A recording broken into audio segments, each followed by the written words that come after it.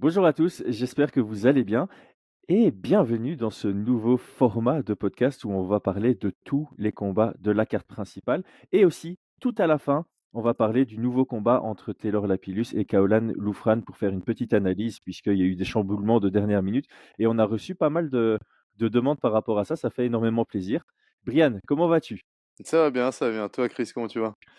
Ah bah écoute, super, super content de pouvoir faire ce nouveau format et ce nouveau format vient de notre nouvelle collaboration, donc générique. Parie sur l'app numéro 1 avec Unibet et profite de 100 euros de bonus sur ton premier pari. Vous l'avez vu lors du dernier podcast, nous sommes en partenariat avec Unibet et on les remercie vraiment, vraiment pour leur confiance. C'est un partenariat qui va amener beaucoup de positifs à notre projet en termes de développement, professionnalisation, nouveautés. Et grâce à Unibet, vous pouvez avoir un bonus qui va jusqu'à 100 euros à l'inscription grâce à notre lien qu'on met en description. Alors attention, ça nous tenait vraiment, vraiment à cœur et on va insister dessus à chaque fois. Parier uniquement pour le fun et toujours avec prudence. Les paris, on le sait, ça peut être addictif, donc dangereux.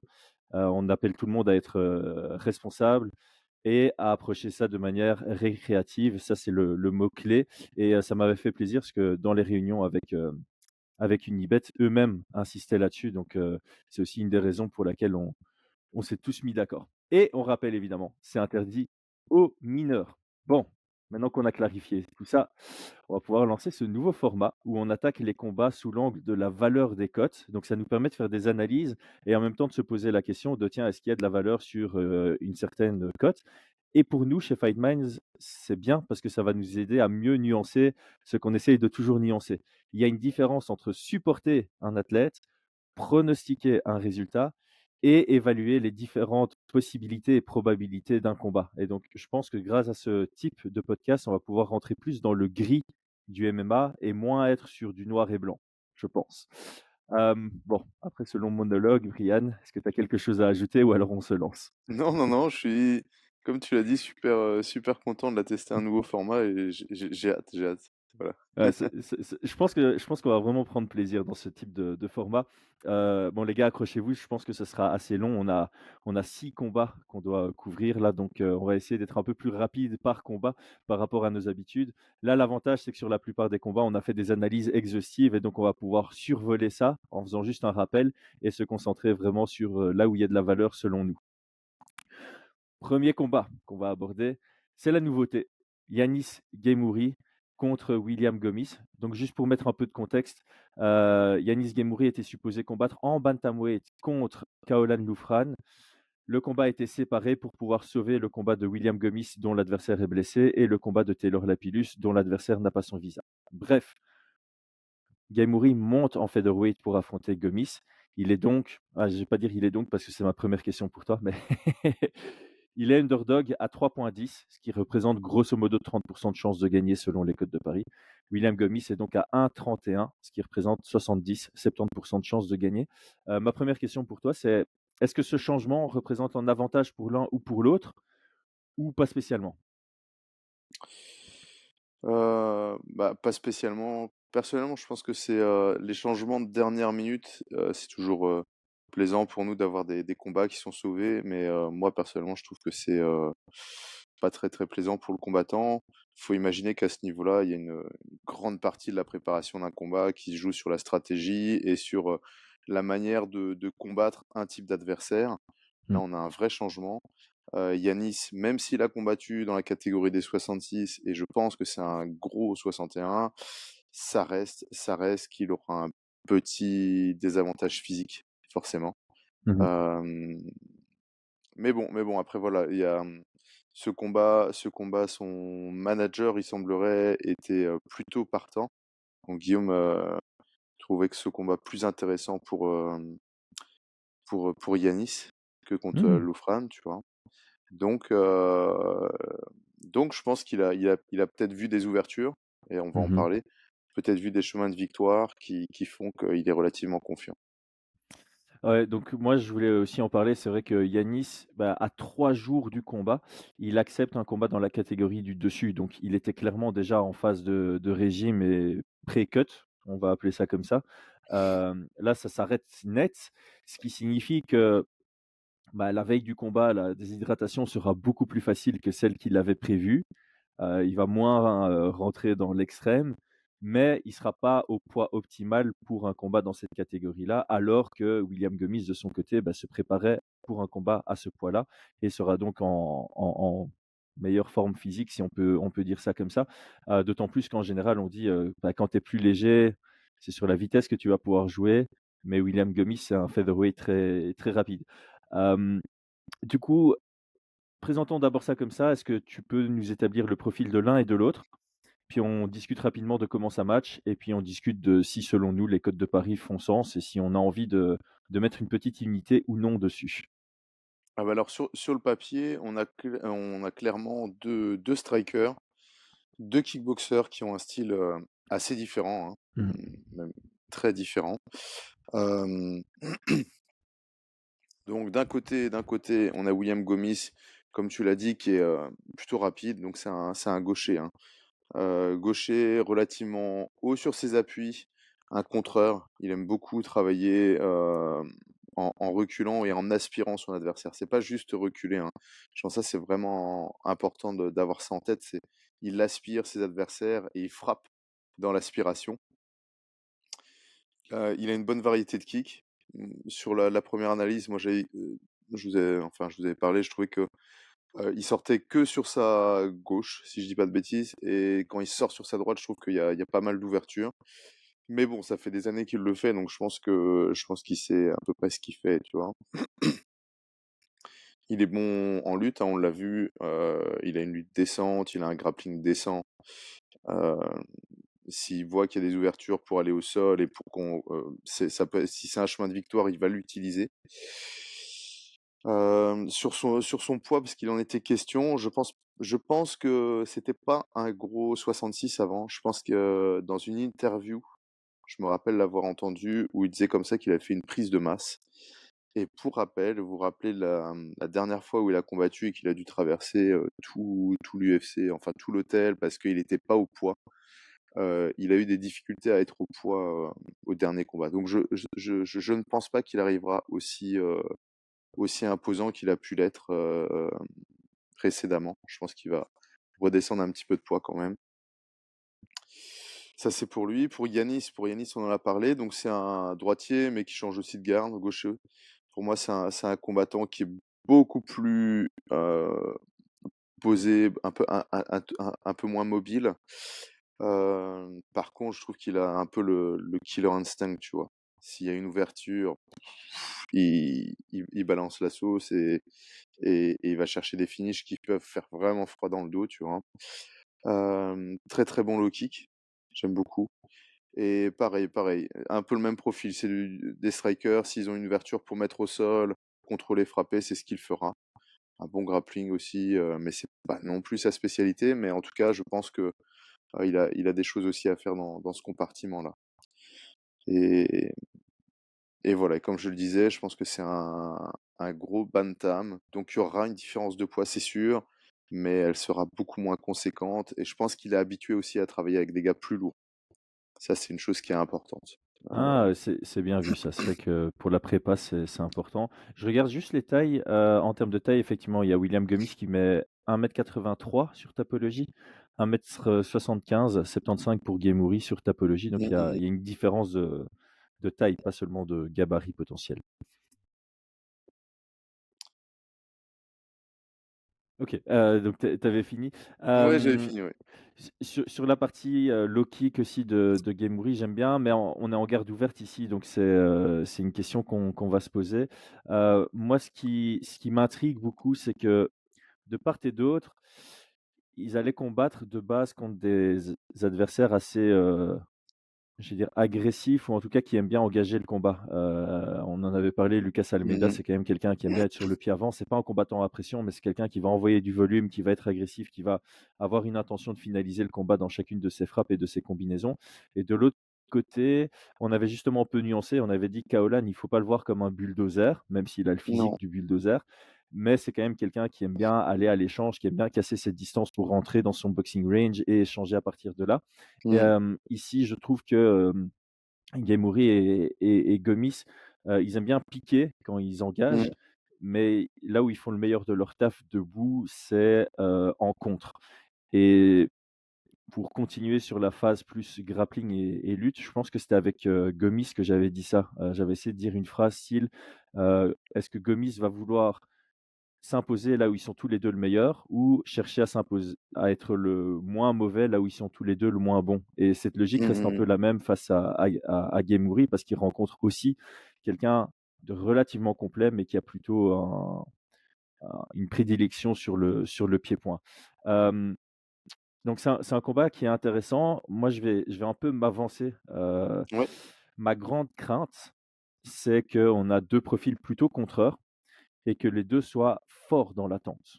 Que les 2 soient forts en mode: «Je vais attendre que l'autre fasse quelque chose pour contrer», et que ça va plus se jouer sur des single shots. Je vais, attaquer et puis reculer, attaquer et reculer et que ça va se jouer sur, tu sais, ça va être le genre de en tout cas sur le premier round, ce que je vois, c'est ils vont peut-être s'échanger une dizaine de frappes et c'est vraiment, celui qui aura une frappe de plus ou celui qui aura le plus de Mmh. puissance dans sa frappe qui va remporter le round et je vois potentiellement un combat, plus serré qu'un, 70-30 comme on peut voir sur les côtes de Paris.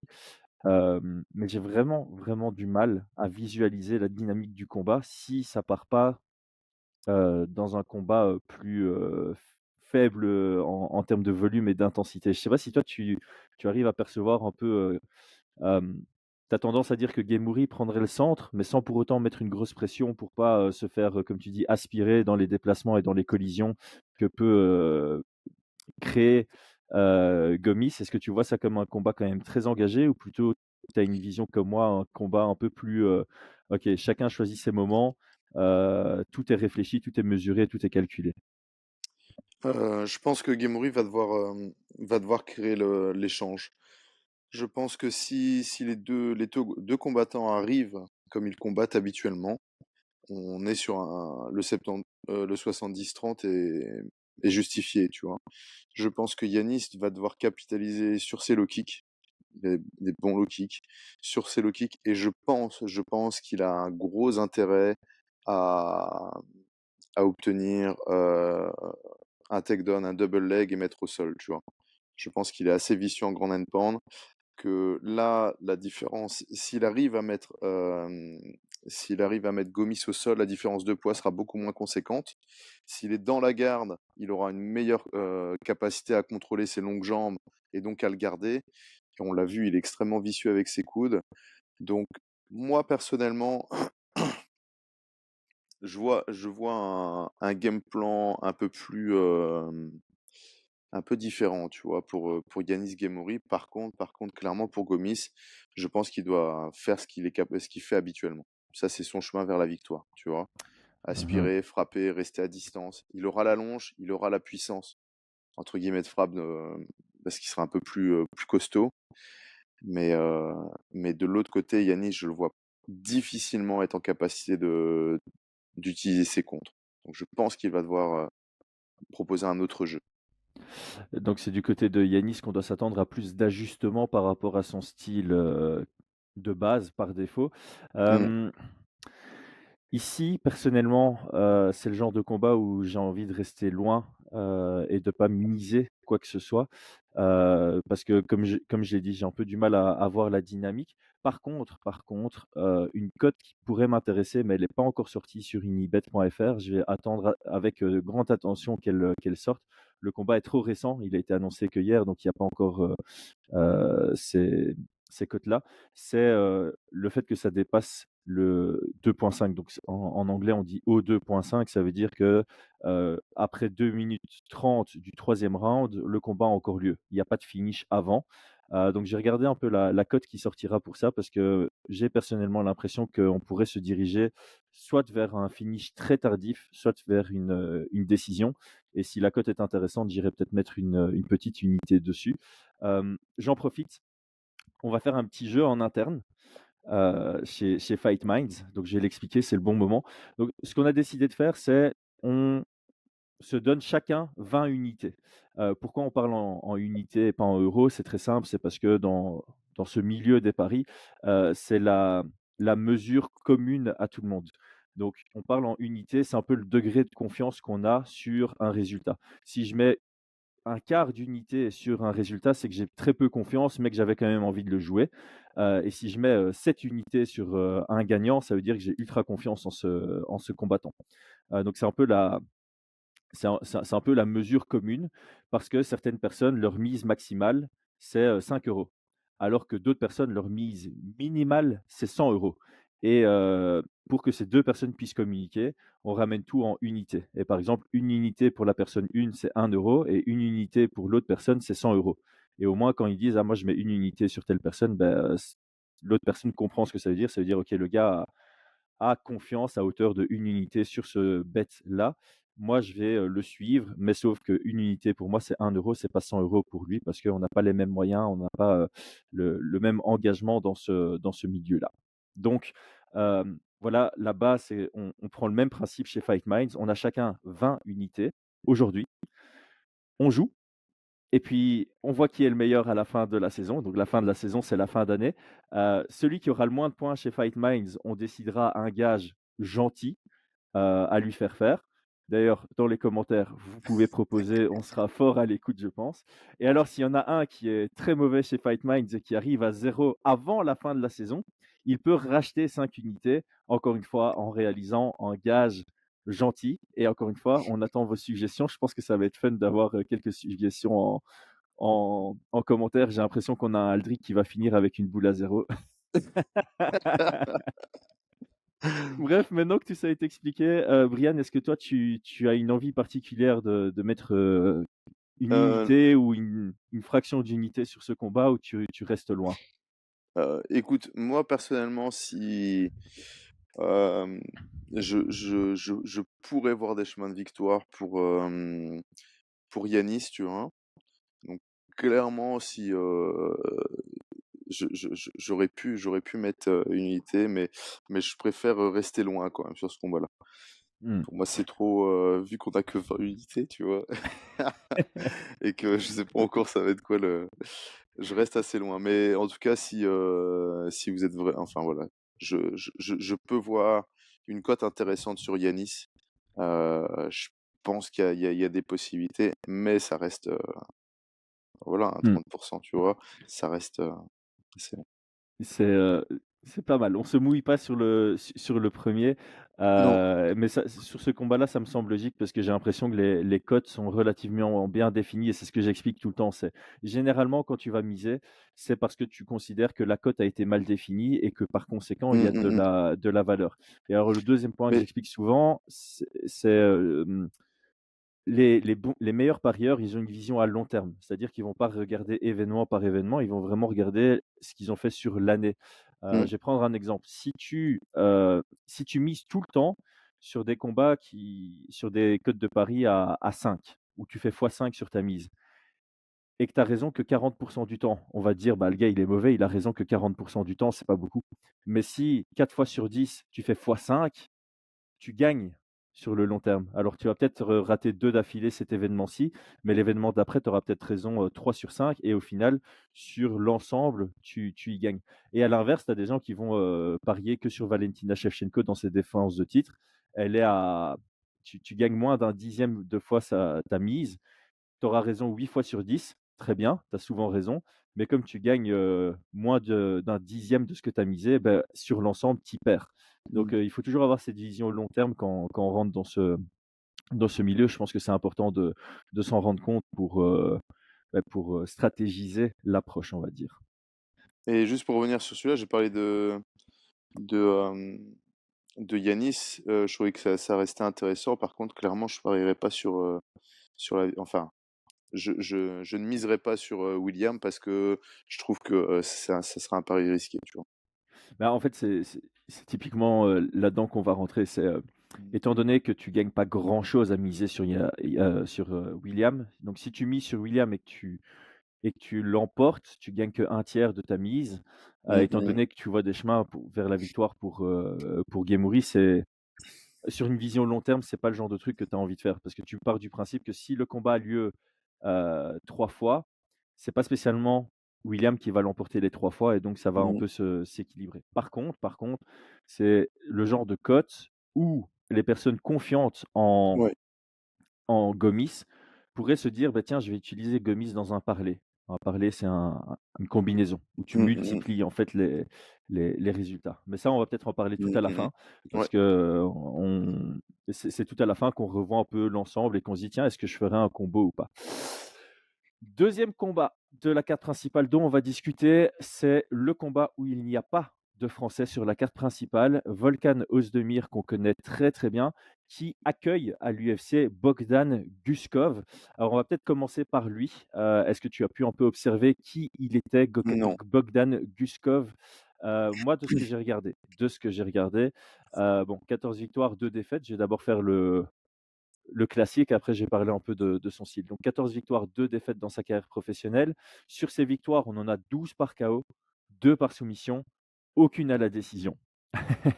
C'est aussi simple que ça. Par contre, son palmarès a été construit face à des Mmh. combattants qui sont pas spécialement extraordinaires et tu as plutôt l'impression que chaque fois qu'il rencontre quelqu'un d'assez solide, c'est là où ça ne va pas et Mmh mh, mmh. hem et où il perd. Par contre, ouais, il est quand même sur, 1, 2, 3, 4 victoires d'affilée.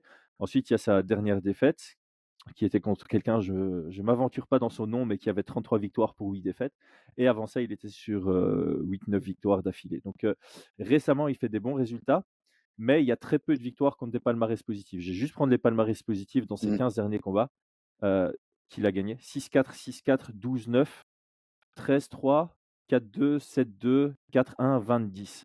En sachant que lui a vraiment un beau palmarès, c'est pas voilà, c'est pas une grosse opposition, mais quand tu regardes ses combats, quelqu'un de très agressif au début, très, très agressif, il a une bonne puissance de frappe, il est assez précis dans les échanges, un peu brouillon dans sa gestion de la distance et ce qui fonctionne bien, c'est qu'il est agressif au début, mais il combat bien dans la fatigue en utilisant sa lutte. Donc dès qu'il fatigue et qu'il sent que en pied-point, ça risque de commencer à mal se passer pour Mmh mh. lui.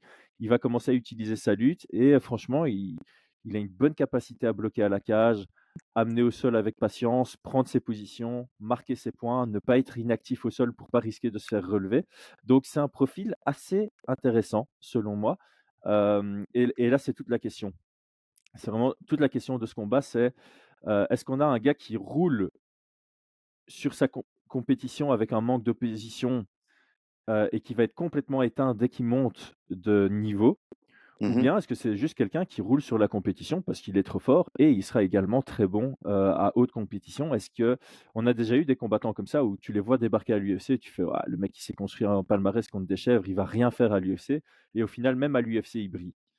Et puis tu as des mecs où, voilà, ils construisent, leur, palmarès contre des chèvres, ils arrivent à l'UFC et là, choc, le gros choc de niveau, ils se font surprendre. Donc c'est un peu ça la question de ce combat. Je vais te laisser la parole par rapport à Volkan Ozdemir. Comment tu le définis et surtout comment tu le définis récemment? Parce que je pense que c'est deux réponses différentes. Volkan, bah, c'est un gros, gros puncher, hein. No time, c'est parce qu'il mettait KO, très, très rapidement. C'est un gars qui est ça fait déjà pas mal de temps qu'il est sur le circuit à l'UFC et pour moi, par contre, lui, il a affronté du beau monde. Il a affronté du beau monde. Il a une belle victoire. Sa dernière victoire, c'était contre, le judoka, Paul Craig, tu vois? Donc il est capable Ouais. de suivre le game plan un game plan et puis, bah, ses défaites, tu vois, c'est contre, Prochaska, Ankalaev et Krylov, ses 3 dernières défaites. Ouais, Hem, il a grosse une victoire opposition contre en effet et Rakic même avant aussi, ça, tu c'est vois? Daniel Cormier, ouais. Ouais, Cormier, Anthony Smith et Dominic Reyes, tu vois, c'est que sur du top 5 quoi, tu vois? Et par contre, bah, il a eu des grosses victoires sur des combattants genre, Saint-Preux, Cirkunov, Manuwa, c'est pas rien, tu vois?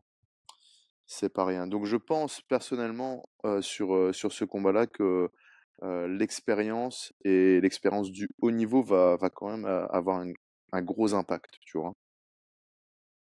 Mmh. Donc sur ces dernières performances, c'est compliqué en light heavyweight quand tu combats à très haut niveau, de Bah, oui, il y a du rouge, du vert, mais c'est contre qui aussi, tu vois? Et il se Mmh. maintient quand même dans le top. Je sais pas, quel classement il a, Volcan? Il est dans le Il doit top être 10 8. encore? Attends, j'ai pas envie de dire de bêtises, mais malgré qu'il est à 1-4, non 1-3 sur ses 4 derniers combats, Je pense qu'il est quand ça même dans reste le les top light 10, hein? heavyweights. Ouais, bien Il est sûr. en 9. Il est en 9. Il est 9e. Ouais, tu vois, donc dans le top 10. Hem, ouais, après voilà, après il a tendance un petit peu à ralentir sur les rounds, donc le cardio parfois ça peut lui jeter des tours. On l'a vu faire des très, très bons débuts et puis se cramer et galérer, sur la suite.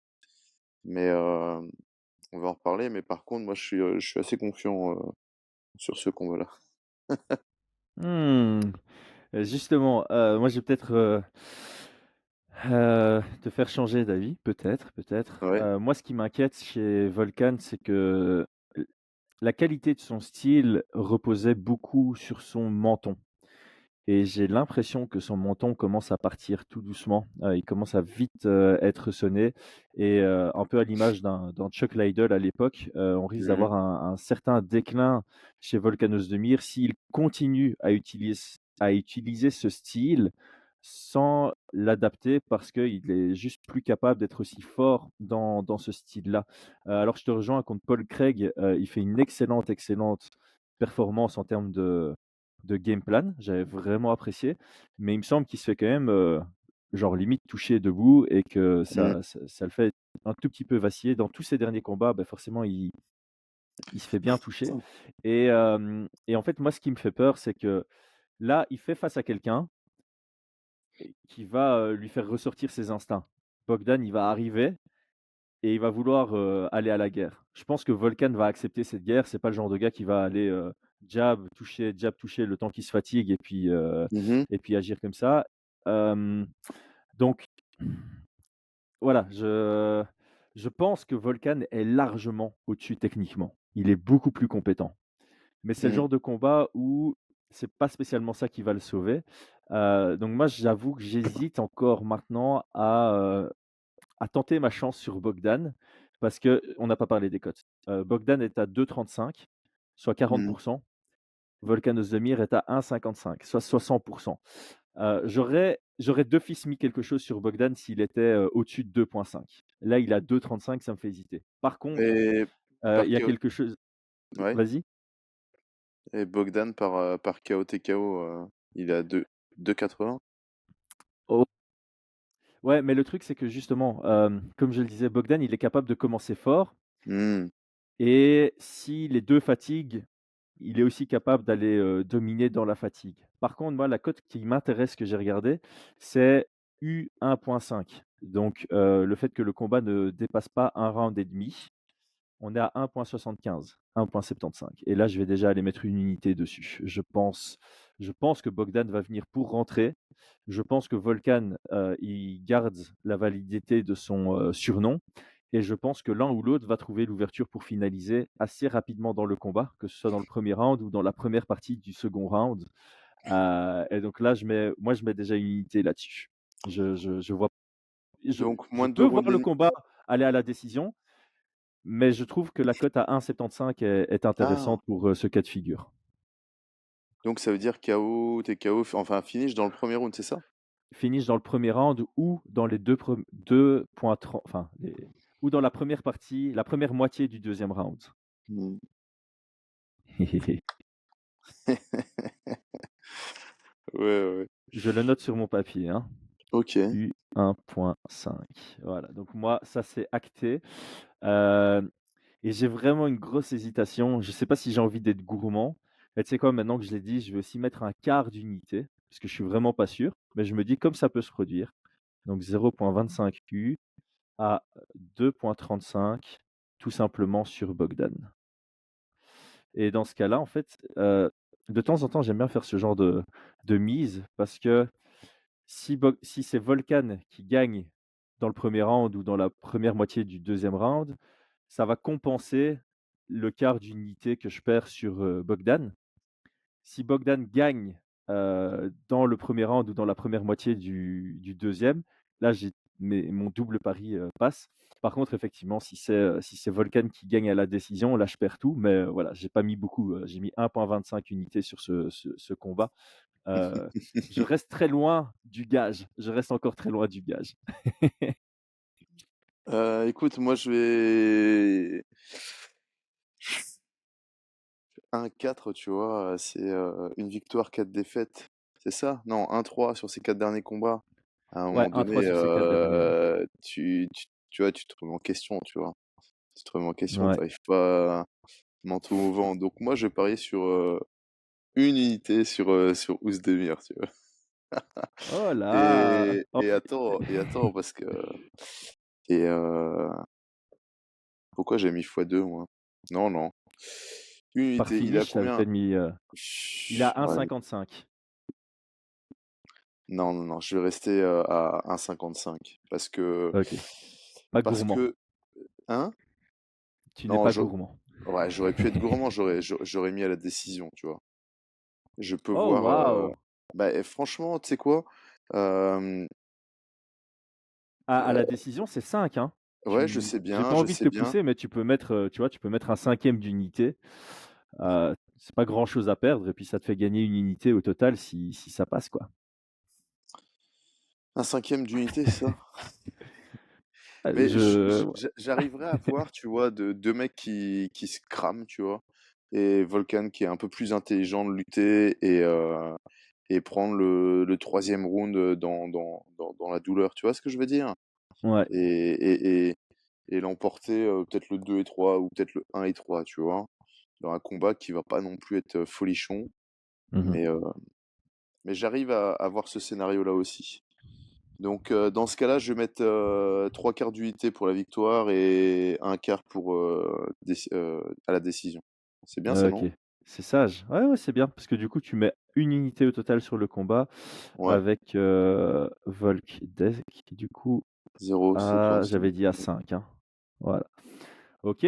Ouais, j'aime bien ce genre de truc où tu voilà, tu Mmh, mmh mh. réarranges un peu en te disant: «Allez, je vois quand même cette possibilité, comme la cote est intéressante, Mmh je mh. vais aller», il y a un parieur que je suis, un américain qui appelle ça du sprinkle. Je sais pas comment on peut dire ça en français, c'est, des étincelles? Il met des non, c'est pas étincelle le mot, enfin peu importe, tu vois? C'est un peu le petit bonus quoi, la cerise sur le Mmh mh. gâteau si ça passe et il met chaque fois, en gros, lui aussi, tu vois, il donne son degré de confiance sur la victoire d'un combattant, mais après il va enlever une partie d'unité pour le mettre sur les scénarios un peu plus précis en se disant: «Allez, si Mmh. ça passe, ouah, je suis bien». Donc voilà, maintenant qu'on a mis nos premières unités, petit rappel avec le lien en description, si tu t'inscris sur unibet.fr, tu as un genre de free bet. Donc ce qu'on entend par là, c'est, si tu perds ton premier pari, tu récupères ta mise jusqu'à 100 euros. Donc je prends un bête exemple, si ici tu mets 50 euros sur, Bogdan et qu'il perd, tu récupères ces 50 euros 24 heures plus tard. C'est genre un free bet quoi, un pari gratuit et si tu avais mis, 100 €, bah, tu récupères les 100 euros. Et donc j'en profite quand même pour vous rappeler, ne vous inscrivez que si vous n'abordez les paris de manière récréative, sans excès et avec responsabilité en étant âgé de 18 ans ou plus. On passe au combat suivant? Let's go. Allez, Benoît Saint-Denis contre Thiago Moises. En termes de cote, on est à 1,59 du côté de Benoît Saint-Denis. Il a donc 60 de chances de gagner, grosso modo. Thiago Moises est à 2,3. Il a donc 40 de chances de gagner, grosso modo. Alors moi, un truc que j'aime bien, que j'entends souvent, parce que je suis pas mal de parieurs, américains, il y en a beaucoup qui insistent sur, en disant: «J'aime bien ceux qui se battent pour ton argent». Ça fait un peu bizarre à dire, mais pour prendre l'exemple de BSG, tu sais que c'est quelqu'un qui va rien lâcher. C'est quelqu'un qui, dans un combat, va jamais, jamais lâcher le morceau. Il va tout le temps aller chercher la victoire, peu importe à quel point il est mal. On l'a vu contre Eliseu, il était très mal, mais à un moment, il a failli, renverser la tendance et ça, les parieurs aiment bien.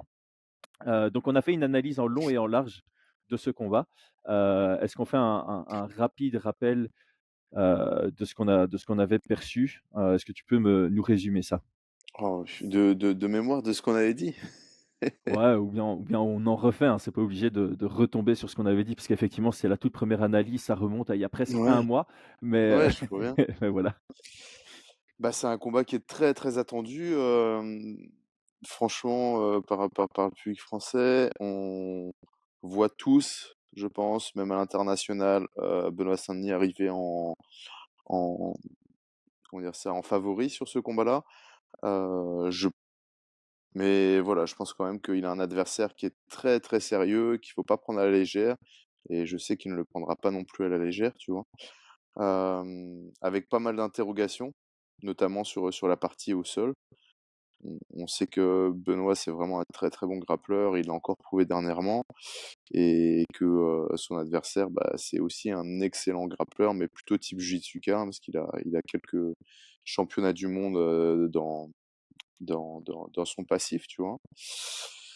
Donc, je sais pas comment ouais, je pense que ça va être un combat, c'est des gars qui sont complets partout, hein, sur le papier. Ils sont complets partout. On a un Benoît qui est assez agressif.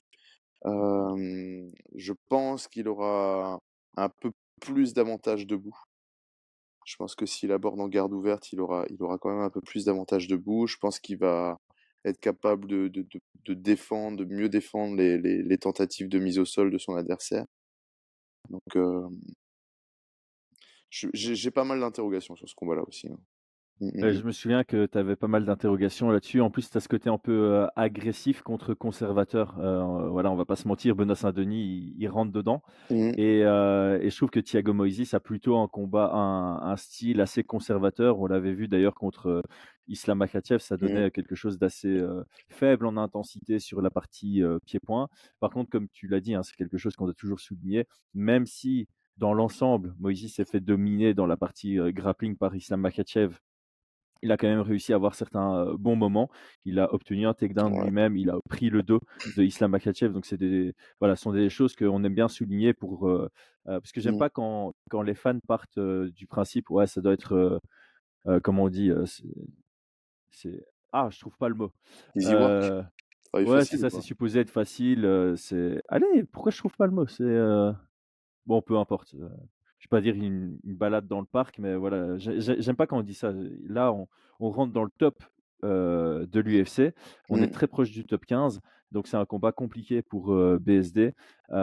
Thiago Moïse, on l'avait dit, hein, c'est quelqu'un qui perd que contre des gros noms. Ouais. Je pense pas je pense on était passé en revue de toutes ces défaites et Mmh. il y avait c'était quoi? Je vais le Bah, reprendre. c'est Makhachev, Dariush Ismagulov, Ismagulov Makhachev et Joel Alvarez. et Joel Heu, Alvarez, même si c'est pas dans le top actuellement, on va dire que la dimension physique et le style, tu vois, on explique aussi, tu vois ce que je veux dire? mmh On a quand même, donc ouais, combat assez compliqué. Hem, mais ici, il y a un truc, que j'avais dit, je pense, hein, c'est que Benoît Saint-Denis, ses compétences, elles augmentent de dingue. Il ouais, progresse à une vitesse incroyable. Alors là, son dernier combat est vraiment récent, donc je crois pas qu'on aura, de nouveau une absolue, nouvelle version de Benoît. Mais je trouve qu'en plus de ça, en plus du fait qu'il progresse en termes de compétences, c'est le genre de gars qui est capable de gagner grâce à l'intensité et au mental, même s'il est ouais. moins compétent que son adversaire. Et ici, par Mmh. rapport à Thiago Moïse, j'ai tendance à dire qu'en termes de compétences, ça s'équilibre et c'est pour ça que je rejoins et je suis totalement d'accord avec le 60-40. Moi, je pense que j'avais même dit que c'était un 65-35 pour BSD. Ah, tu dit 65-35. Ah Ouais, ouais. j'avais dit 65-35, ouais, Moi, c'était j'avais ça. dit Donc quoi? vous 55-45 ou pas? je pense qu'on faisait un escalier de 5. Je pense que c'était cette analyse-là où moi toi tu avais 55, Aldric avait 60 et moi j'avais 65 et du fait que moi je pense que c'est un 65-35 pour BSD, Mmh mh. et que j'ai une grande confiance en lui. Je vais aller mettre 2 unités Ah sur ce ouais. combat. Je vais me mouiller complètement et je vais faire comme toi par rapport à Volkan. Je vais mettre 1,5 sur sa victoire Mmh et je mh. vais mettre 0,5 sur sa victoire à ITD, Inside the Distance, avant la limite de temps. Je me rappelle que vos pronostics à toi et à Aldric, c'était à la décision. Moi, j'avais pronostiqué, avant la limite de temps. Je pense même que j'avais dit dans le premier round comme un fou que je suis, mais je vais pas aller jusque-là. Donc je vais mettre 1,5 à 1,59. Donc je mets une unité et demie sur la victoire de Benoît qui est cotée à 1,59. Et en plus de ça, je mets une demi-unité, 0,5 à 2,43 2,43 sur le fait qu'il l'emporte avant la limite de temps, ce qui me paraît très j'aime bien la cote parce qu'en fait, Benoît, il a gagné que par des finishes. Donc on aime le voir, gagner par des finishes. Voilà pour moi. Est-ce que toi tu 2,45, c'est as ça, hein? il est à 2,43 pour, le finish. Et Bon, si tu veux franchement, regarder pour toi, parce que toi tu avais pronostiqué à la décision, c'est peut-être intéressant d'aller voir, je crois que la cote pourrait être 3 intéressante à la 3,5. décision. 3,5. Ouais, c'est bizarre, moi j'ai 2,45 sur le truc, mais bon. Ah, ça a peut-être changé depuis hier, en fait. Ah ouais, Ouais. 2,45. Ouais, ça bouge un peu. Ouais, bah, je vais mettre 2,45, hein. Et Hop, écoute, moi j'ai j'ai pas mis d'unité sur ce combat-là. OK. Heu, ouais. OK, bah, c'est voilà, on Enfin voilà, c'est vraiment mon esprit, comment dire ça? conservateur. Bah, après, Pas conservateur, mais c'est un peu toujours la crainte de sous-estimer, un adversaire, tu vois? mmh Et je pense et enfin voilà, encore une fois, je pense que, heu, si je vois une victoire à la décision, c'est parce que je veux mettre du crédit sur, Thiago Menezes et je pense que sa place, elle est, où est-ce qu'il est? Elle est méritée, tu vois? Et donc je le vois, je vois Benoît Saint-Denis gagner à la décision, dans un combat difficile, mais pour moi, ça reste un combat qui est difficile et on le sait, Benoît Saint-Denis, hein, c'est ce qu'il dit, il s'en fiche d'aller prendre des combats faciles, il veut toujours aller au-dessus. Voilà, et il fait les progrès qu'il faut à chaque fois, mais on est toujours sur des combats bien difficiles. Si c'est trop facile, de toute façon, il n'aurait pas pris le combat, donc à partir de là, Mmh. Tu voilà. raison. Donc voilà, donc Mais pour l'instant, parce que j'ai pas envie de faire de gages et parce que et parce que je me suis dit que sur cet événement-là, tu vois, tu as parlé de voir sur du long terme, je dis que j'allais ne mettre que 3 unités, tu vois? Eh ouais. bien, j'ai privilégié d'autres paris. Voilà. Mais en fait, c'est parfait parce qu'il faut absolument dans ce format qu'on communique un maximum sur, éduquer les gens Mmh mh, mmh. au pari. Alors on n'est pas du tout 2 experts aussi. Bon, moi ça fait depuis 2016 que je parie, mais des sommes tellement minimes que voilà, et ça fait un peu plus d'un an que j'écoute beaucoup de parieurs Mmh, mmh mh. professionnels. Hem, J'aime bien ce que tu dis, tu te mets des limites et ça c'est très important. Quand on se lance là-dedans, il faut être capable de se mettre des limites. C'est ce que moi j'avais expliqué. Première fois que j'avais, parié en 2016, j'avais mis 10 € en début d'année et je m'étais dit: «Si je perds les 10 €, je remets rien jusqu'au 1er janvier 2017». Et alors ce qui Mmh. s'était passé, c'est que j'avais fini l'année avec, je sais plus. C'était ma meilleure année. Je crois que j'avais fini avec 360. C'était ça. J'avais commencé avec 10, j'avais fini avec 360. J'avais remis 350 sur mon compte et j'avais recommencé l'année 2017 avec 10. Toi, Heu par contre, tu es le genre de client qu'il faut pas avoir. Non, mais bon, après ça Non, c'est je un peu plaisante. équilibré. Là, je pense que je suis toujours en positif par rapport à mes débuts en 2016 si tu additionnes tout. Mais voilà, encore une fois, je suis même pas ultra regardant parce que je fais ça vraiment de manière récréative et c'est plus, une manière pour moi de me forcer à analyser tous les combats, ce qui alimente en fait ma passion pour le MMA et ça me permet Mmh, mmh aussi mh. d'être plus engagé dans certains combats que si j'avais pas misé, ben j'aurais regardé ou j'aurais même skippé ou regardé à moitié, tu vois? Donc c'est quelque chose qui me permet d'être encore plus fan du sport. Ouais, Et ouais. donc pour revenir, j'aime bien le fait que toi tu vois, tu te mettes une limite par événement, tu jauges un peu les débuts, et que, bah, toi tu crains le gage. Bah, en fait, ça doit être la même chose pour les gens qui s'inscrivent. Ils doivent craindre, perdre, ce qu'ils ont mis, Mmh, en mmh mh. début de saison. Alors, passons à la suite, hein. Du coup, on passe au co-main event, Manon Fiorot contre Rose Namajunas. On a prononcé chaque fois Namarunas dans le précédent podcast. Il y a quelqu'un qui nous a dit que c'est pas comme ça, c'est pas une espagnole, c'est pas une C'est c'est Nama Younas? Namajunas ou Namajunas, mais je pense que c'est Rose. Namajunas. Rose, Tug Rose. Heu, Manon est à 1,49 donc 65. Rose Namajunas est à 2,55, 35. Bon, on a fait une analyse en long et en large, Mmh. hem, pour tout le monde. On a fait une analyse des game plans, pour les membres de la chaîne. Hem, on s'était tous les 2 mis d'accord sur les cotes de paris. Elles nous paraissaient extrêmes à l'avantage de la française. Mmh. Nous, ça nous semblerait plus logique qu'on soit sur du 55-45. Mmh mh. J'ai aussi l'impression qu'ici il y a beaucoup de fans français qui voient ça comme et de nouveau, je trouve pas le mot, ça m'énerve. Comme Une balade, ouais, je vois. ouais, non, mais c'est comme pas comme, allez, ouais, enfin voilà, enfin c'est écrit, voilà, si Manon gagne, c'est normal. Je Ouais, vais ouais, tout à l'exprimer comme fait. ça et j'aime pas du tout ça parce que Mmh. Rose Namajunas, comme on l'a dit, elle a été chercher cette ceinture strawweight 2 fois. Elle a Oh, battu Johanna alors que personne la mmh. voyait gagner contre Johanna.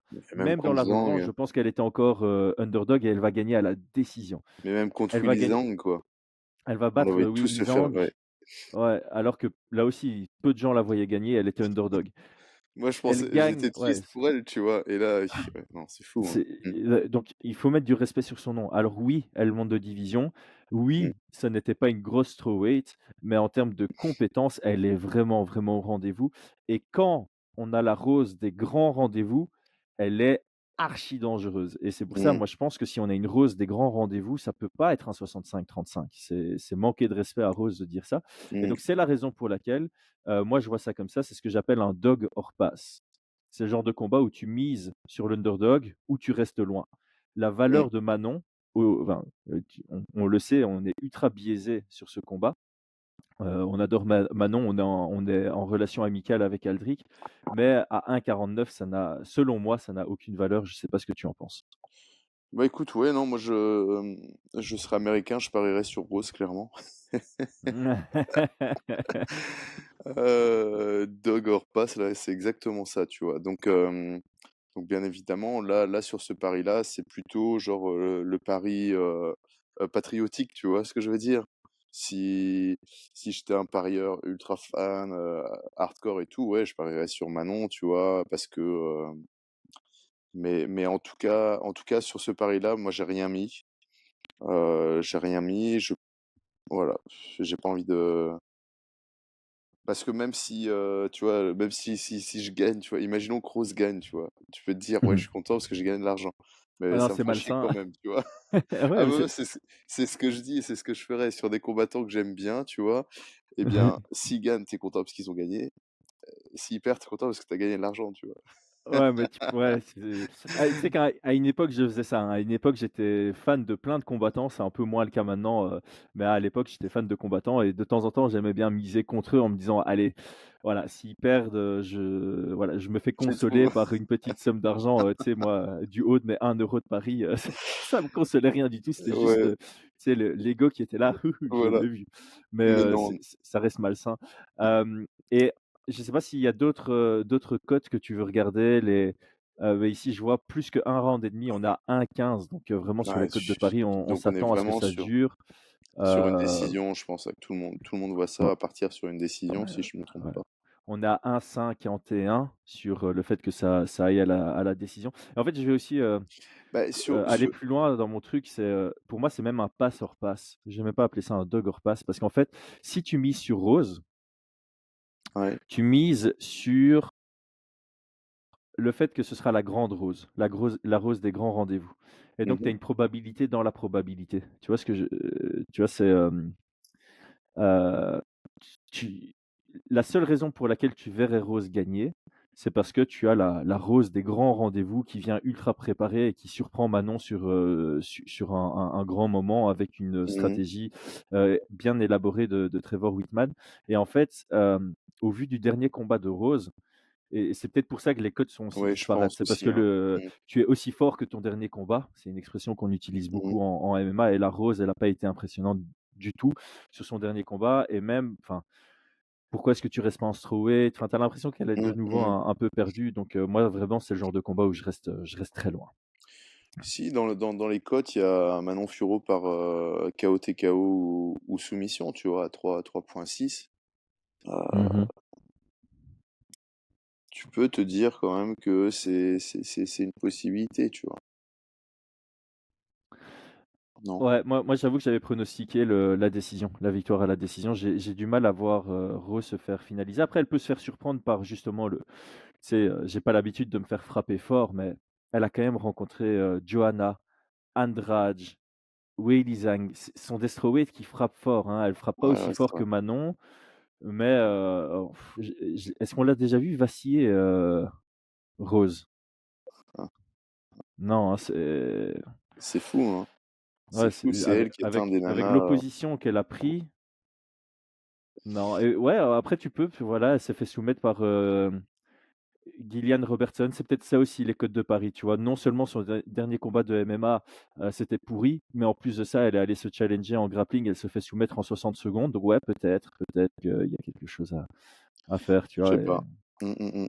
Bref, si on reste loin de ce combat, je propose qu'on avance Ouais. parce que ça fait Par déjà contre, longtemps ouais, qu'on est ouais, dedans. Ouais. dans les commentaires, si vous avez, vous voyez ce que je veux dire? Si vous êtes sûr, si vous pour vous c'est clair comme de l'eau de roche, dites-le nous, peut-être que ça va faire changer un peu, nos avis. Exact, exact. On est parti au main event. Cyril Gane est à 1,5 également, donc à 65. Il rencontre Sergei Spivak qui est à 2,51, donc à 35. Hem, on a fait une analyse extra large de ce combat, allez la Mmh. voir. Ici pas grand chose à rajouter. Je pense que tout le monde connaît très bien Cyril. Mmh. Tout le monde voit ça comme une opposition de style où Sergei Mmh. Spivak il va devoir trouver un moyen de casser cette distance, de rentrer en greco, et de pas lâcher cette, dynamique de combat en grappling, en lutte. Ça permettrait de voir si Gane s'est amélioré et a vraiment travaillé sur son grappling défensif, ou s'il a plutôt misé sur, un système anti-lutte qui lui permet de toujours garder son adversaire, à distance comme il le faisait très bien. C'est juste, voilà, contre John Jones, c'est plus une erreur de précipitation qu'autre chose. Il l'a encore dit dans une interview que j'ai vue il y a pas longtemps. C'était pas dans son game plan d'envoyer ce bras arrière. Le combat était assez bizarre. Il s'est peut-être senti sous pression face à un John Jones qui en imposait dans la cage. Je ne pense pas que Spivak va en imposer autant dans la cage. Mmh. Il a envoyé son bras arrière, de manière précipitée et là, c'était le début de la fin. Il s'est fait surprendre par le on peut argumenter sur en termes de Mmh. compétences, le meilleur de tous les temps. Et puis il y a Donc autre chose, ouais, vas-y. je pense que contextuellement la victoire de l'Anglais, comment il Aspinal. s'appelle? De d'Aspinall, tu vois? La victoire d'Aspinall qui montre qu'un striker, a toute sa place. La victoire de Sean O'Malley dans ses déplacements face à un excellent grappleur. Je pense que ça peut mettre en confiance sur la stratégie du déplacement, la stratégie de l'anti-lutte dans les déplacements, dans les changements de garde, ce genre de choses, tu vois? Donc non, non, moi je pense qu'il va être beaucoup plus confiant et que ça va un peu effacer ses craintes, vis-à-vis de son niveau en grappling, qui pour moi Mmh. reste très bon, hein, même si, vous pouvez me dire ce que vous voulez, je pense que ça reste un bon grappleur pour le niveau de striking qu'il a. Voilà, on va dire ça comme ça. Exact. Alors, est-ce que tu vois une valeur quelconque à l'un ou l'autre? Est-ce que Oui, tu vois, par exemple, que selon toi, Cyril, ça mériterait d'être à 75 et du coup, il y a de la valeur à miser sur, 65 donc est-ce que 1,5 c'est quelque chose qui ouais, t'attire? oui, Ouais? ouais, ouais. OK, je te laisse justifier parce que moi aussi j'ai une mise dessus, mais je te laisse prendre les devants. Alors, donc pour moi, j'ai réfléchi un petit peu sur notre, jeu. Je me suis dit que j'allais faire des paris, un pari safe et 2 paris, voilà, un peu plus, construits, tu vois? Mmh. Donc, pour moi, c'est le pari safe, c'est Cyril Gane OK. et je vais le mettre à 1,5. J'ai pas 1 regardé en unité et demie, non, non, 1,5. à 1 unité, 1 unité. Ah, 1 unité à 1,5, autant pour Ouais, moi. j'ai pas Mmh. regardé, les autres. Genre à Mon la Dieu. décision ou quoi? Pour un petit sprinkle, c'est ça? On va reprendre l'expression. Ah là là là là. En fait, le problème, c'est qu'à la décision, c'est vraiment pas comme ça que j'ai envie de voir le combat, donc Ah, tu pas envie de miser sur ce que t'as pas envie de voir, parce que c'est à 6,5 à la décision, ouais, je viens de mais voir ça, c'est assez ouf, quoi. je pense que ça part du principe qu'on n'a jamais vu, Spivak sur un 5 rounds et comme on en avait discuté dans l'analyse, on l'a déjà vu fatigué déjà à partir du deuxième round. Mmh. Alors il reste très compétent dans la fatigue en grappling, mais qu'en est-il du pied-point? Ouais. Et donc, si tu vois, la victoire par KO TKO de Cyril, elle est à 2,10. Pour moi, elle est pas, c'est pas suffisant, tu vois. Ça Ça justifie t'attire pas pas. assez? Non, ça m'attire pas assez. Je préfère être sur du 1,5, un peu plus safe, tu vois. Ouais, je comprends, je comprends. Moi, de mon côté, la façon dont j'analyse ça, après avoir écouté une interview de Cyril avec, John Gooden, Mhm. il parlait justement de ce côté un peu précipité, il s'est senti sous pression et il a fait une erreur et cetera et cetera et je pense que c'est ça qui va lui trotter le plus dans la tête, c'est ne pas se précipiter. Donc je pense qu'il va vraiment aborder le combat de manière très prudente. Clinch is lava en d'autres termes et donc il va exploiter que des armes longues et safe, à savoir, le jab dans les 2 gardes, les front kicks, peut-être les low kicks et encore j'ai une petite crainte là-dessus et je le vois pas engagé sur des armes risquées jusqu'au moment où il prend vraiment confiance dans le combat. Et donc ici, j'ai vu que la cote pour, Il, le combat dépasse la moitié du combat, donc dépasse, le 3. Attends, même pas, attends, il dépasse c'est quoi un que et j'ai mis? demi, hein. Dépasse 2,5. Je pense que c'est ça qui m'intéresse. Ouais, plus que 2,5. Elle est à 2. La cote est à 2 et celle-là, elle m'intéresse beaucoup puisque je crois qu'on va avoir un Gane aborder le combat en mode déplacement, toucher, sortir, déplacement, toucher, sortir et un Sergueï qui va chercher à casser la distance. Alors attention, hein, ça reste du MMA. J'ai pas envie de dire que Sergueï a aucune chance debout. Ça reste des poids Non, non, lourds. bien sûr, hein. Il y a toujours ce one shot qui peut arriver et sortir de n'importe où. Mais ici, on parle tout le temps de probabilité. Moi, Mm. j'aime bien cette cote, le fait que ça dépasse la moitié du combat. Donc, je vais aller mettre une unité dessus que je vais écrire ici pour ancrer. Mm. Donc, je mets une unité à 2,0 sur over 2,5 plus que 2 rounds et demi Mm. sur le combat Gann Spivak. Je l'aime bien celle-là parce que je pense vraiment qu'on va avoir ça. Je crois qu'on peut voir un Cyril accéléré dans la deuxième phase du combat. Et alors pour me rassurer sur ce pari, j'étais allé voir, hein, même contre Derrick Lewis, il était largement, largement au-dessus de Derrick Lewis, je trouve, hein. Et il le finalise à la fin du troisième round. Donc ce genre de pari serait passé aussi contre Derrick Lewis et je crois qu'il va encore plus respecter Spivak qu'il ne respectait, Derrick sur, la Ah gestion de la ouais, distance. ouais. Donc je me sens bien Écoute, dans écoute, celui-ci. ouais, c'est osé. Moi, je pense que il va pas le respecter. Non, je pense quand même que, je pense que, dans le sens où au clinch, je le vois passer des coudes, je le vois passer des genoux face à de la gréco, tu vois. Euh, ouais. Enfin bon, moi je reste sur ma victoire. Sachez quand même que sur ce combat-là, sachez je pense qu'à l'international, il y en a beaucoup qui ont mis leur pièce sur Spivak, hein, qui disent ouais, la cote elle est quand même assez audacieuse. Pour moi, ils sont un peu restés bloqués sur les 2 dernières défaites de Cyril où il a été mis au sol. Mais voilà, je pense qu'il y en a pas mal qui parient sur le fait que c'est un gros red flag son sol et que Spivak va le mettre au sol et le bloquer. Ce que je peux comprendre, hein, mais moi je vois pas ce scénario. Donc, Mmh, moi non plus, et en plus, Cyril est quelqu'un de très bien préparé, même quand il y a des phases de lutte, tu as l'impression qu'il est encore frais. Tu prends le combat contre Ngannou, au final, c'est lui qui amène au sol dans la 5e reprise et donc ouais. je pense pas que Spivak sera capable de le bloquer sur 5 rounds. Maintenant, comme on dit toujours, pour gagner une décision, tu peux prendre l'exemple de Sterling contre Petr Yan, lors de la revanche. Il suffit de prendre 3 rounds et de survivre les 2 derniers, par exemple. Mm. Donc voilà. Heu Intéressant. Donc, on a fini la carte principale. On avait promis une analyse de Taylor contre Loufran. Mais par contre, j'avais vu juste avant d'enregistrer le podcast, Morgan Charrière passe en carte principale.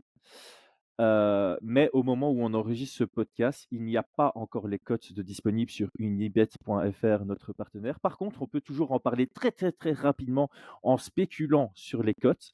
Elles devraient être aux alentours de 75-25 pour Morgan, à savoir 1,28 pour Morgan et 3,7 du côté de Manolo. Est-ce que toi, tu y vois une quelconque valeur? Écoute, moi je vois une valeur, oui. Quand les codes vont sortir pour une victoire à la décision pour Morgan. Eh ben, on se rejoint. Alors, les amis, ici, on va pas faire d'analyse parce que le podcast commence à tirer en Ouais, longueur. Si ouais. vous voulez une analyse de ce combat, elle a déjà été faite avec Aldric, en long, en large. Donc ici, on va même pas rappeler ça, comme ça, on accélère vers Taylor. Tu m'as fait sourire parce que moi, ce que je compte faire, alors ça dépend des cotes qui sortent, mais si je vois que Morgan par victoire dans le troisième round ou à la décision, ça existe, hein. Il y a la cote de Paris, Mmh. genre, qui passe si on a une victoire de Morgan dans le troisième round ou à la décision. Mmh. Si c'est au-dessus de 2,5, je vais aller mettre une demi-unité dessus. Mais il faut attendre que ça sorte pour ça. Et toi, du coup, Donc c'est là plus, là, actuellement, je pense que les codes qui vont sortir, sur Unibet FR, ça sera, ouais, 1,30, c'est ça que tu as dit, 1,30 pour ouais, Morgan? 1,28 pour Morgan et Ouais, 3,7 ouais, pour ouais. Manolo, donc grosso et modo ça. et si ça va à la distance, ça va être sur du 2,20 pour Morgan, tu vois? Mmh. Non, je pense que ce sera plus que ça. Je pense que ce sera plus intéressant que ça pour Morgan. Morgan à la décision. Ici en Belgique, je vois que c'est 3,25 à la décision. Pour Morgan? Ouais, je pense que tu es en train de regarder, le combat va à la décision. Et si tu dis Morgan Non, gagne à non. la décision, tu es sur du 3,25. Ah bah, écoute, moi je là j'ai ouais, moi j'ai 2,20, mais si tu es à 3,25 sur un autre truc, imaginons, alors là, tant mieux. Moi, à partir de 2,20, écoute, on va, je mettrai une unité moi sur une victoire de Morgan à la décision. Mmh. On en parlera en off. De toute façon, on En publiera off, donc voilà. Alors on si c'est publiera nos mises finales, sur ouais, Twitter. Comme ça, c'est ancré. On peut pas nous dire: «Ouais, vous trichez» et cetera et cetera. Une fois que c'est annoncé et puis on fera le récap avant. Donc on attend tous les 2 les cotes précises. On n'a pas envie de mettre, sur le combat dans sa globalité. On a envie d'aller un peu plus dans la précision parce qu'il y a plus de valeur là-dedans. ouais, Hem, mais est-ce dans qu'on tous passe les cas, à moi je ouais. je mettrai je mettrai la dernière unité que j'ai prévu de mettre, je la mettrai, sur ce combat. OK, OK. Bah, Voilà. on verra ça en off et on communiquera dessus. On mettra ça aussi en tout premier commentaire sur YouTube pour ceux Mmh, qui mmh mh. n'ont pas l'habitude d'aller sur Twitter, parce qu'on s'est bien rendu compte que les communautés n'étaient pas du tout les mêmes entre Twitter et YouTube. OK, dernier combat. Il y a pas de cote, donc ici, c'est vraiment une analyse, pour le fun. Taylor Lapillus contre Kaolan Loufran, c'est le 2e combat un peu, surprise de dernière minute. Mmh. On avait fait une analyse de Kaolan Loufran contre Yanis Ghemmouri en long et en large. On avait fait une analyse de Taylor Lapillus contre Min Gafurov en long et en large. Maintenant, on doit juste mixer les 2. Première question, est-ce un plus gros changement pour Lapillus ou pour Loufran? Oh, pour moi, c'est un plus gros changement pour la Pius, clairement. Hem, je pense que la je pense que alors tout le monde dit que Loufran perd au change. Clairement, il perd au change, hein, mais Lapillus aussi, il perd un peu au change, je pense. Étrangement, étrangement. Ouais. J'arrive pas trop à pour Loufran, à savoir si je le sous-cote, si je le surcote, tu vois ce que je veux dire? Si je Ouais, c'est suis difficile à dire parce que tu as toujours tu vois, ces 4-5 premiers combats professionnels, c'est ah ouais, normal qu'il les ait gagnés parce que c'était mmh, contre, vraiment du très mauvais. Mais, et c'est ça qu'on pouvait dire par rapport à Bogdan aussi. C'est un gars qui a commencé sa carrière contre, mmh, bah, des journeymen, des faire-valoir et au final, une fois qu'il est monté en compétition, il est aussi monté en puissance et il a prouvé qu'il était simplement très bon et qu'il a pas voulu prendre de risques sur le début de carrière, ce qu'on peut, critiquer ou non.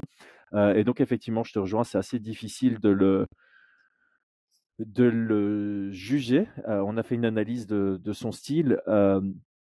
Il il est stock, il est capable d'encaisser, il est assez complet, il est capable de gagner en imposant sa lutte. Il l'avait fait contre, Luke Shanks. Il est capable de s'imposer grâce à son pied-point. Il l'avait fait dans son dernier combat contre Dylan Hazan. mmh, Il est capable d'aller à l'échange. C'est pas un bagarreur. On croit que c'est un non. bagarreur, c'est pas spécialement un bagarreur, Pour moi, mais ça c'est reste quelqu'un vraiment qui est et pour moi, c'est là toute la différence et c'est là où je donne un gros avantage à Lapillus et c'est aussi là où je crois que ce combat, alors encore une fois, j'ai pas envie de décrédibiliser la potentielle victoire de Lapillus, mais je pense que Gafurov était un plus gros challenge que Loufran. Ah ouais, hein, Le gros challenge là-dedans, c'est le last minute. On sait tous les 2 que Jenny Frachet, voilà. il passe des heures et des heures à analyser, à faire des game plans aux Mmh. oignons et donc là, il a pas vraiment le temps d'adapter toute sa stratégie. Mais par contre, c'est le footwork. Je pense que la qualité du footwork de Lapillus est largement au-dessus de celui de Loufran et le combat va beaucoup se jouer là-dessus. Je pense que, Taylor Lapillus va vraiment aborder le combat avec beaucoup de déplacements, toucher, sortir avant le contre, toucher, sortir avant le contre, frustrer Loufran qui sera incapable de cadrer pour rentrer dans la distance pour imposer sa boxe. Chaque fois qu'il va rentrer dans la distance pour imposer sa boxe, Taylor sera sorti. Loufran a tout intérêt à mettre la pression contre Mmh. Lapillus. Mmh mh. Mais j'ai du mal à le voir la mettre avec une grande efficacité. Ouais, écoute, je te rejoins. Donc moi, pour moi, clairement, je pense que, sur le papier, si tu vois, si le combat a été annoncé il y a 2 mois, de la même manière que Gavurov, heu, c'est vraiment sur, comme tu disais, sur une question de game plan. Donc Gavurov, on le sait, Johnny a bossé sur le game plan. Il était, tout était, super carré et cetera. Les gars étaient super bien préparés. Le changement de last minute, il faut, bah, tout remettre en place, tu vois? Alors c'est pas perdu en soi, mais c'est une toute autre dynamique. Heu, Comme tu dis, je pense que Lapillus va vouloir garder la distance. Il va être, il aura une meilleure allonge, un meilleur footwork sûrement. Mais ça reste un combat où, c'est voilà quoi, c'est un combat qui est moins prédictible que Gafurov, tu vois? Je le trouve moins Mmh. prédictible, heu, ouais, et C'est donc ouais, avec plus d'inconnus, tu vois? mais c'est clair, c'est marrant parce que quand il y a eu les annonces, des changements, je suis parti me promener pour faire une vidéo FaceTime. J'ai recommencé 3 fois parce que j'arrivais vraiment pas à m'exprimer correctement sur les changements. Ce sont 2 combats qui deviennent plus bizarres, moins faciles à prévoir et à analyser que les combats initialement, prévus et en un sens, c'est quelque chose de plaisant parce que ça veut dire qu'on va vraiment avoir, quoi qu'il arrive, des surprises Ah oui. sur ces nouveautés qu'on découvrira, du coup ce samedi. Ouais, ouais, mais je pense qu'il va y avoir pas mal d'observations du côté de Lapillus, enfin des 2 côtés de toute façon, hein. Mmh. Ouais, des 2 côtés. Je pense que ce qui m'embête un petit peu sur ce profil-là, c'est que je pense qu'Aolan va arriver quand même assez, inquiet, pas inquiet, tu vois? Mais, patient comme ça, tu vois? Il va chercher à faire le moins d'erreurs possible. Tu vois ce que je Mmh. veux dire? Je pense qu'il est assez solide, un peu nerveux et et j'aime pas trop ce type de profil, tu vois? Ouais, Tu vois ce que je veux dire? ouais, ouais, très bien, Et il va mais mettre sous pression et tout, mais pour autant, je pense qu'on se dirige vers une victoire plutôt de Taylor à la décision, tu vois?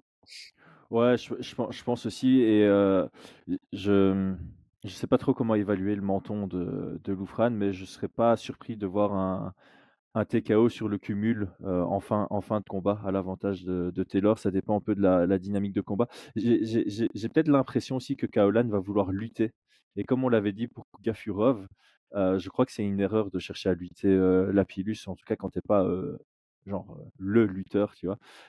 Et il risque de se fatiguer. Et je pourrais voir aussi un Lapillus en mode, un peu, comme McGregor contre Mendes, sans les amener au sol, mais avec un Loufran qui se fatigue beaucoup à galérer sur sa distance. «Ah, j'arrive pas à rester debout et à trouver mes ouvertures debout, donc je cherche à lutter, mais comme je lutte de trop loin, Lapillus il défend facilement, il met une petite frappe au clinch, il sort» et sur le cumul, voir un Lapillus terminer ça. Ah ouais, donc toi, tu penses que la lutte, ça serait pas sa solution?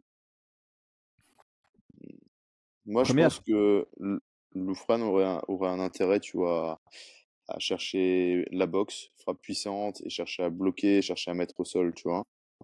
Ouais, mais je pense qu'il va avoir du mal. Je pense qu'il va vouloir commencer à boxer. Il va pas trouver sa distance. Il va se faire pointer par, Lapillus et puis il va se dire: «OK, bon, ben je dois lutter». et il va shooter de trop loin parce qu'il n'aura pas trouvé sa distance debout. Et Lapillus va savoir défendre ça, ne pas se faire bloquer à la cage Mmh, et le pick apart, comme on dit en anglais, vraiment le travailler de l'extérieur mmh. et vraiment avoir un volume de frappe qui touche beaucoup plus que ce qu'il reçoit en retour. C'est la façon dont je vois le combat. Moi honnêtement, je vois Taylor plus favori contre Kaolan que contre Gafurov. Ah oui? Ouais, ouais, Ah vraiment. ouais, non. Moi, je le vois un peu, moi. Et faut pas oublier autre chose, c'est que Kaolan, il s'entraîne chez Kaoban, c'est ça? Kaoban. Kaoban, ouais, Kaoban? chez Thomas Minal et Darren Ouais. Till, hein, Et c'est une bonne team, hein. Tu vois, on parle Oui, bien sûr. de Johnny Frachet, etc., et des game plans et tout. Euh, la team Kaoban, les game plans, c'est solide aussi. Tu vois ce que je veux dire? Donc, je Mhm. pense qu'on va avoir Mais ouais, justement, une bonne guerre intellectuelle comme ça, tu vois. Ah, moi, oui je crois que c'est et non. vraiment. Ah oui et non. Ouais, Moi, parce que je pense que les deux vont arriver avec tous les deux un game plan bien précis qui aura été fait un peu en last minute et tout. Mm. Euh, ouais, j'ai vraiment hâte de ce combat-là. J'ai vraiment hâte. Ouais, mais oui, j'ai hâte aussi parce qu'en fait, le truc, c'est ça que je me dis, c'est qu'on a deux équipes qui font des bons game plans, mais ils ont tellement peu de temps parce que à quel point tu investis dans un game plan quand tu as pas le temps de faire le training camp qui va avec. Donc là, tu dois vraiment partir de qu'est-ce que mon gars sait faire et qu'est-ce qu'il doit sur Hmm. quel sous enfin, tu vois, si le gars il sait faire ça, sur quelle sous-partie il doit se concentrer par rapport au profil Hmm, de hmm, hmm. l'adversaire. Donc c'est du game plan, mais c'est par rapport à ce que tu fais de Ouais. base. Il y a pas de nouveautés sur lesquelles travailler. Donc en un sens, c'est pour ça que je dis la version de base de Taylor et la version de base de Loufran, c'est ça qui vont se rencontrer avec quelques petites idées en tête, mais sur lesquelles ils n'ont pas spécialement bien bossé. C'était pour ça aussi la première question. Est-ce qu'il y a un plus gros changement pour Lapillus ou pour Loufran par rapport. Enfin, est-ce qu'il y a plus de différence entre Lapillus et Gemouri ou entre Loufran et Gafurov, tu vois? Hmm, Et hmm, en hmm. soi, c'est vrai, c'est pour ça que je dis oui et non. C'est que sur l'approche générale, il y a des similitudes sur l'approche stratégique générale. La façon dont tu abordes Loufran est plus ou moins la même que celle que quand tu abordes Gafurov. Il y a peut-être moins de diversité d'attaques. Il y a pas de spin du côté de Loufran, par exemple. Et du côté de Loufran, tu avais une stratégie aussi un peu axée sur cette pression, casser la distance, faire attention au kick, être le plus possible à la distance de boxe anglaise, venir bloquer à la cage et amener au sol sur certains moments. Donc Hmm. voilà, Non, c'est c'est pour ça que sûr. c'est pour ça que la Mais partie game plan en fait partie, mais c'est tellement short notice que, il y aura pas cette, préparation qui est allée avec. non, c'est sûr. Mais je pense, tu vois, pour un Gafurov, on aurait été. On sait à peu près avec quoi il allait venir et je pense qu'il serait arrivé avec ce qu'il sait faire, ça passe ou ça casse, tu vois. Là, je pense Mmh. que sur un game plan comme ça, tu dois réfléchir à ce qui va fonctionner le mieux pour ton gars et tu dois aussi réfléchir avec ce que l'adversaire va venir avec quelque chose, tu vois. Il va pas genre se Ouais, dire vas-y combat-le, tu vois. Ils vont arriver avec une ouais. stratégie un peu adaptée à la stratégie qu'ils devraient mettre en place en face, tu vois. Mmh. Et donc, je pense qu'il y aura un peu d'observation quand même. Je pense qu'il va y avoir Oui, ça des aussi, je techniques qui pense. vont être adaptées sur le profil, même si en last minute. Après, on est quand même on est quand même sur du haut niveau, tu vois. Donc, Mmh. c'est peut-être c'est pas le top niveau UFC, mais on est quand même sur du haut niveau dans des catégories qui sont ultra concurrentielles. Donc, les gars sont chauds, tu vois. C'est du haut niveau. Et donc, c'est des gars qui peuvent changer leur stratégie, même à 3 4 jours, même pendant le combat, tu vois. Et en fonction de ce qu'on leur propose, ils peuvent adapter. Donc, je pense pas que ça va être tant figé. Tu vois ce que je veux dire? Ouais. Je pense que du côté de Kaolan, il pourra faire des adaptations qui risquent de surprendre, tu vois. Mais en tout cas, c'est vraiment, peut-être que je me trompe, hein, mais j'ai hâte, j'ai hâte, j'ai hâte, j'ai hâte. Ouais, Mais ouais, ce combat est vraiment, vraiment intéressant et enfin tu voilà, sais comme quoi? ouais. Juste à la fin du podcast, j'ai retrouvé le mot sur lequel je retombais pas 2 fois: formalité. Ah! Ce n'est Ah qu'une ouais, formalité, tu vois? Et j'ai pas envie que les gens pensent ça pour BSD et pour Manon Fiorot. Ce n'est pas qu'une formalité d'affronter Thiago Moïse ouais, je suis et Rose entièrement Namajunas. d'accord. et on pourra venir, nous dire ce qu'on veut. Quand on dit: «C'est pas une formalité», même si les 2 gagnent par KO, eh bien, quand on dit: «C'est pas une formalité», si c'est une formalité, bah, voilà, on s'en fout, quoi. C'était bidon, le gars en face, c'était bidon. Non, non, non. S'il gagne par KO, ça crédite encore plus, tu vois? Tu imagines? C'est ça, Tu te c'est dis: ça. «Putain, le gars, il est trop chaud en face, tu le fineries», bah, tu vois? Ouais, beh, exactement et c'est ça qu'on essaie sur quoi on essaie d'insister et qu'on avait insisté d'ailleurs après nos mauvais, pronostics sur, Et BSG la dernière fois, c'est ouais, tu dois ouais, le voir comme ça. On et pronostique contre sachez toi. bah, De ouais. toute façon, on doit pronostiquer sur l'un ou sur l'autre. Voilà, on va se tromper de temps en temps, on se trompe même souvent. Mais ça crédite ta victoire si Ah tu es ouais. vu comme un underdog et là, pareil, le fait qu'on dise que ce n'est pas une formalité et au final, s'ils débarquent et qu'ils en font une formalité, bravo pour ta préparation. Mmh. C'est comme ça qu'il faut le voir Ah et ouais, on va ouais, ouais. finir là-dessus. Une Et heure sach 15. Ah Ouais, oui, vas-y. et j'allais dire, sachez que en tant que combattant, quand tu bats un adversaire, moi personnellement, battre un adversaire, je vais continuer à suivre sa carrière, tu vois?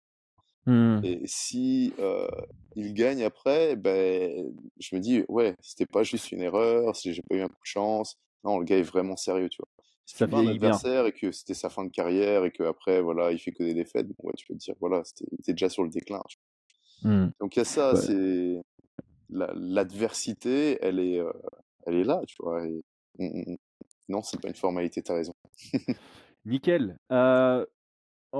D'abord, tout le monde, le like, l'abonnement, blablabla. Ceux qui sont encore connectés maintenant, après 1h16 avec nous, dites-nous ce que vous avez pensé de ce format. C'est nouveau, donc on a besoin de feedback. On sera à l'écoute, de tout ce qui est, construit. Les insultes, gratuites, bah, ça nous fait pas avancer, donc on s'en passera. Par contre, voilà, si vous avez un avis à nous donner, vous aimez bien, vous n'aimez pas, pourquoi? Donnez-le nous parce que nous, c'est un format qui va se construire sur le temps et qu'on va continuer à faire progresser, et évoluer. En tout cas, je pense que c'est une bonne façon pour tout le monde de connaître mieux la carte principale et j'aime bien vraiment cet angle, des valeurs sur les codes de paris. Donc on remercie Mmh. encore et une dernière fois unibet.fr, notre partenaire. On rappelle pour tous ceux qui veulent, se lancer dans l'expérience, faites-le sans excès, faites-le avec prudence, faites-le de manière responsable et de manière récréative.